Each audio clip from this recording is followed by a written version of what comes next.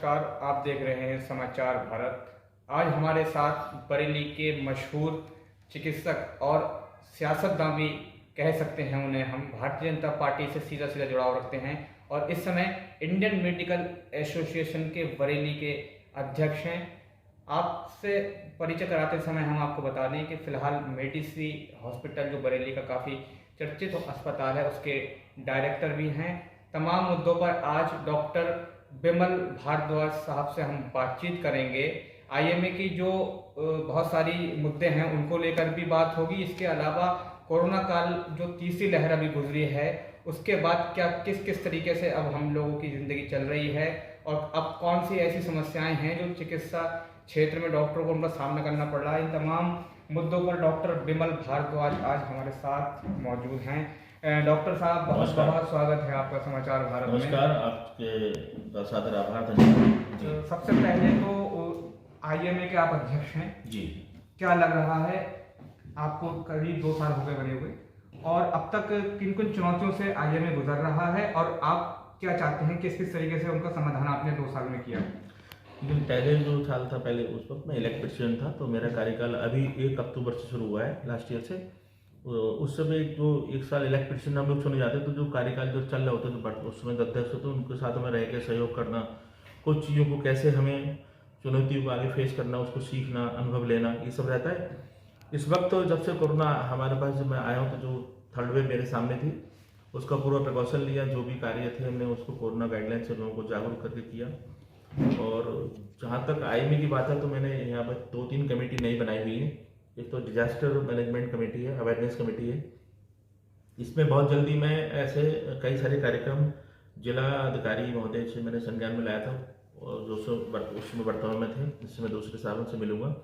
साथ में बीएससी जो है उनसे मैंने कह के स्कूलों में जैसे, या कई पुलिस के ट्रेनिंग सेंटर हैं, या जो ट्रैफिक पुलिस है, उनसे मैं सहयोग करके उनके साथ में संबंध स्थापित करके एक समन्वय समिति बना के एक सीपीआर ट्रेनिंग कि कैसे कोई पेशेंट अगर, या कोई भी शरीर रोड पे कोई एक्सीडेंट होता है, या घर में कोई कोलैप्स होता है, या परिवार में कोई दिक्कत आती है, तो अस्पताल पहुंचने में आपको समय लगेगा। उन 2-4-10 मिनट में आप क्या अपने घर पे बेसिक मैनेजमेंट कर सकते हो, इसको लेके वर्कशॉप मेरी प्लान है। और कल ही मैंने अपनी एजुकेटिव परसों मीटिंग में इसको रखा भी था, इसको ऑटोमेटिक डिफिब्रिलेटरी होता है, उसका ही मेरा प्लान है कि भविष्य में कहीं भी किसी भी एयरपोर्ट, मॉल वगैरह, रेलवे स्टेशन या बस स्टैंड पर नहीं लगाए, तो मेरी कोशिश रहेगी कि हम उससे सहभागीदारी निभाएं।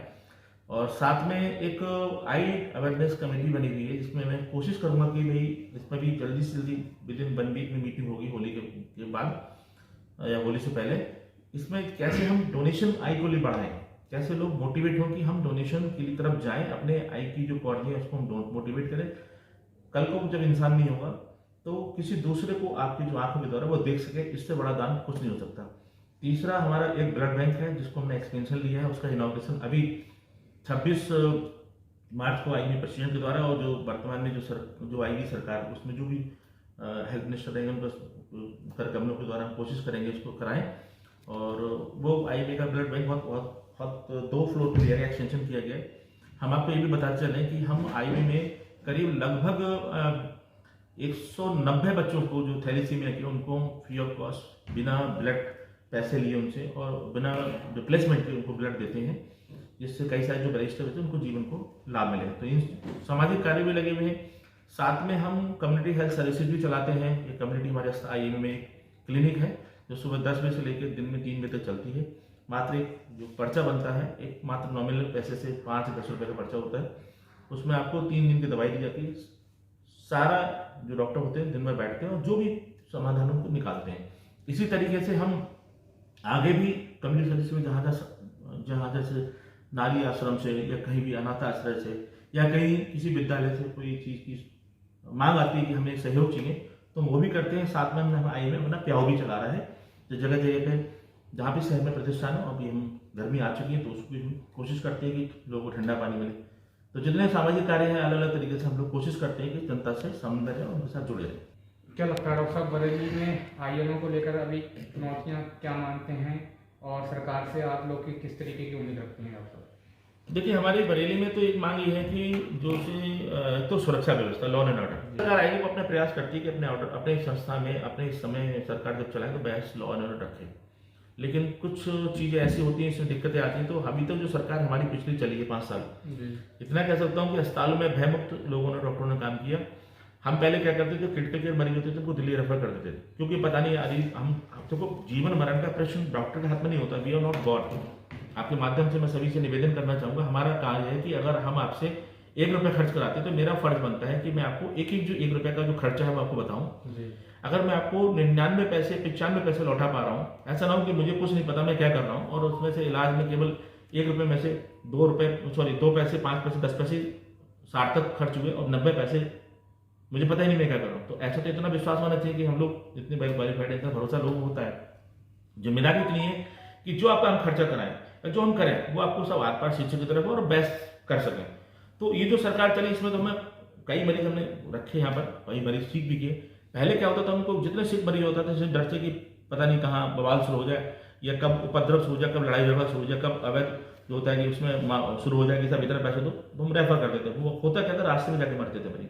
तो लॉ एंड ऑर्डर बड़ी समस्या है, इसके लिए सरकार बधाई की पात्र है। जहाँ तक आपने कहा कि अभी अटैक हुआ, तो ये कुछ ऐसी घटनाएं हैं जो अप्रत्याशित होती हैं। जब उस घटना को विवेचना के द्वारा किया गया, मैं रात में एसएसपी साहब के साथ बैठा था। माननीय एसएसपी साहब को मैं बड़ा धन्यवाद दूंगा हृदय से कि वो मेरे साथ रात को 2:30-3 बजे तक बैठे रहे केस लता में, और उन्होंने उसमें रात को ही एक पर दबिश डाल के पकड़ लिया था। तो बाद में पता चला कि भाई वो आपसी किसी झगड़े का था। तो इस तरह की दिक्कतें कभी भी आ सकती हैं।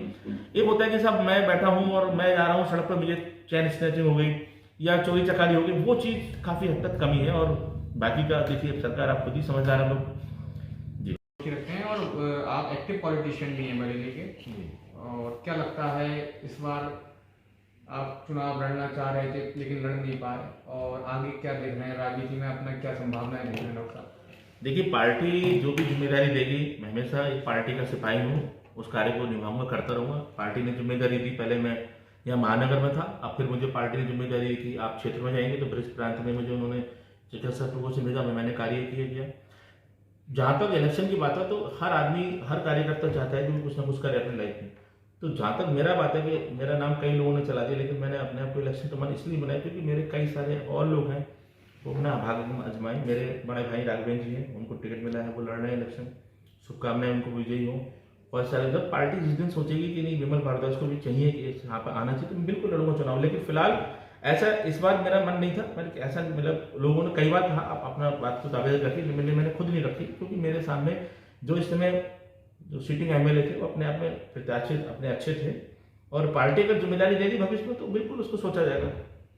जो जिम्मेदारी देगी उससे सच्चे सिपाही के नाते काम करेंगे। डॉक्टर साहब बहुत बहुत शुक्रिया आपका।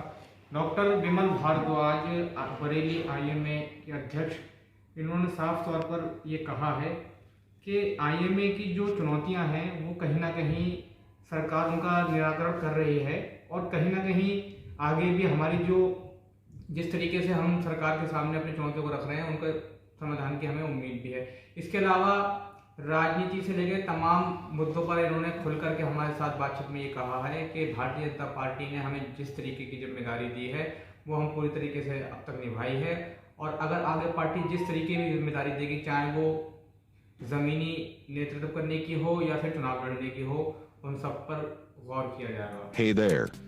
Subscribe to my channel. And also press this bell icon, so you never miss any new updates, cause whenever we upload new video you will get a notification on your phone.